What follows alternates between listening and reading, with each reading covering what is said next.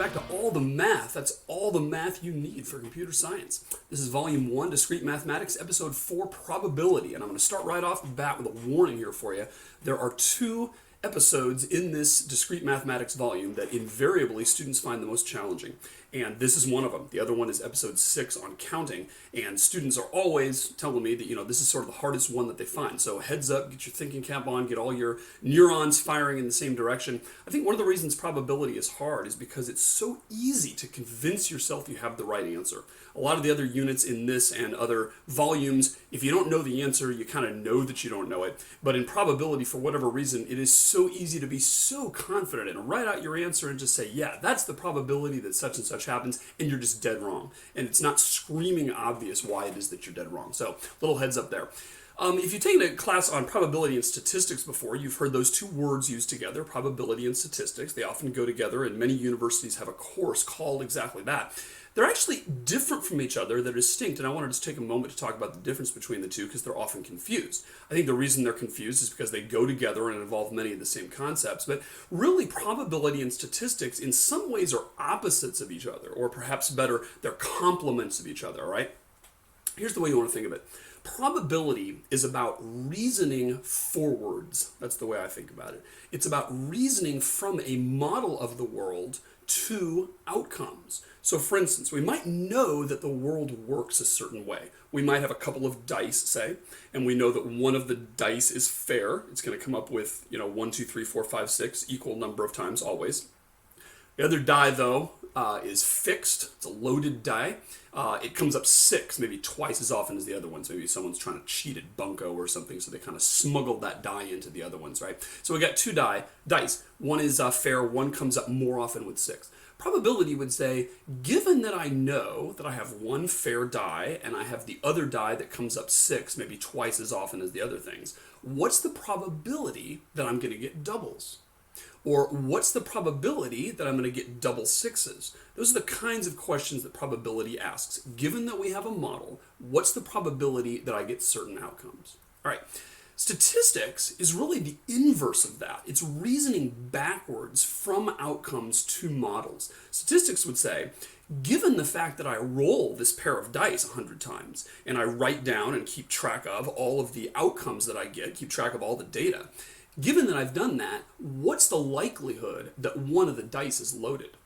So we don't start with a known model of the world, with some exceptions. Instead, what we do is we start from the data, we start from the empirical findings, and we reason backwards to figure out what model is the most likely. So, kind of an interesting interplay there, and of course they go together. In this course, we're only going to cover probability, nothing in statistics, but I will say I will highly recommend you to take a course in statistics. In fact, I recommend all college students, not just all computer science majors, but all college students take a course in statistics, and that's simply because statistics is so large and prominent in how we view the world.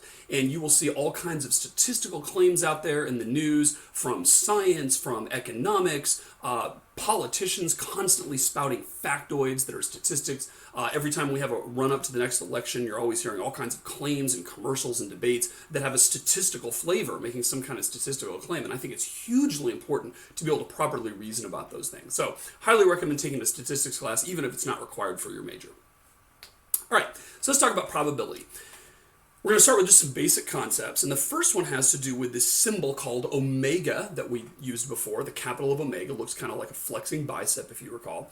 And we're going to call omega the sample space. That's going to be our name for omega in this episode. Now, you remember that we had a different name for it before. We called it the domain of discourse.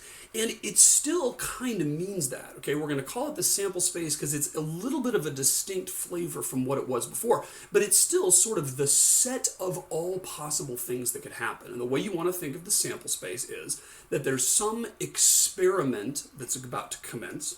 Doesn't always mean that it's some deliberate experiment that we've concocted and we're controlling variables and stuff. I mean, often it's just we're going to observe something that happens in the world that we have no control over, but we often call that an experiment anyway. So we have some experiment, and omega is simply the set of all possible outcomes. It's the set of all different things that can happen. So you can see it's sort of the same flavor as the domain of discourse, right? Because it was the set of all things that we're talking about. Now it's the set of all things that can happen. Now, the individual elements of that omega are called outcomes. An outcome is one specific thing that can happen. So just take a little example here, right? Suppose we're rolling a die. I use that example a lot because it's easy to get your head around. We might say that omega has 7 things in it. When we roll that die, we might get a 1. We might get a 2. We might get a 3. We might get a 4. Might get a 5, we might get a 6, or something else might happen, right? It's certainly possible that the die doesn't get rolled at all. It's possible that it falls off the table, rolls out the window, out the deck, and we can never recover it again. It's possible it lands right on its corner and doesn't wiggle and fall down.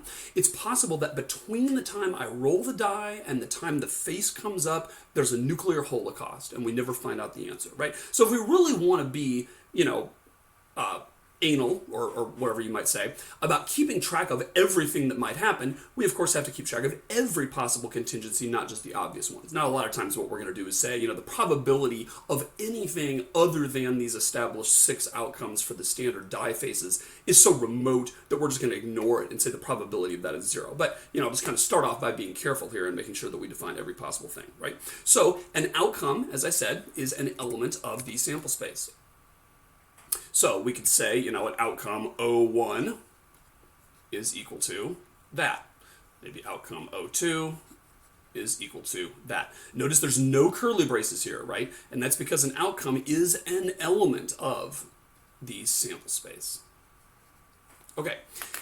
Now, you might think that's all there is to it, but there's a third thing we're going to talk about, and this is a really important one, and this is called an event. Now, it turns out that most of the time, we actually don't care what specific outcome we got. What we care about is what category that outcome falls into, right? For instance, we might say, I wonder if the gymnasium at UMW, I wonder if the fitness room is getting more visitors from men or from women, right? I wonder if male or female students are visiting the fitness center more often. So one way we could do that is we can say, well, let's, stand out there at some time of day, and we'll just wait till the first visitor comes by with their gym bag and their sweats or whatever, and we'll record whether they are a male or female, right? Now, if you ask yourself what the sample space omega is, it would be the set of all UMW students, or actually even more, all the people who can legally use the gym, right? Which includes faculty and other people too. So that's the set of omega, and I could figure out what is the probability that Dave Schmidt in particular is the guy who walks in first that morning when I'm keeping track of who walks in. Or I can say, what is the probability that Joe Schmo comes? Or what's the probability that Betty Lou Jones comes, right? Each individual person is an element of the sample space. But it turns out that's kind of TMI, right? Because what I really care about is not the probability that Dave comes, or the probability that Joe comes, or the probability that Cindy comes, but I'm concerned about the probability that anyone in the group of males comes versus anyone in the group of females. That's the thing that turns out to be interesting to me. And we're going to call that an event. We're going to say if a male comes to the gym, then that is the event that a male came, as opposed to the event that a female came. And if you think it through, you'll realize that an event is a subset of the sample space, as opposed to an element, right? So in our little example right here, we might say that we're going to have the event high.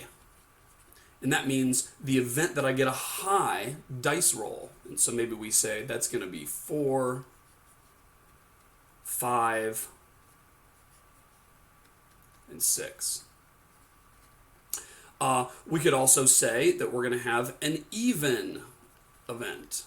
And that is the event that the die roll that comes up is an even number. So notice that an event can be defined intentionally or extensionally, just like a set can, right? We could say, what is the probability that I get event X, where X is the empty set? we could say, what's the probability that I get event Y, where Y is the entire sample space. And as we'll learn, the probability of this is always going to be 0, and the probability of this is always going to be 1. That's one of the constraints we're going to put on it.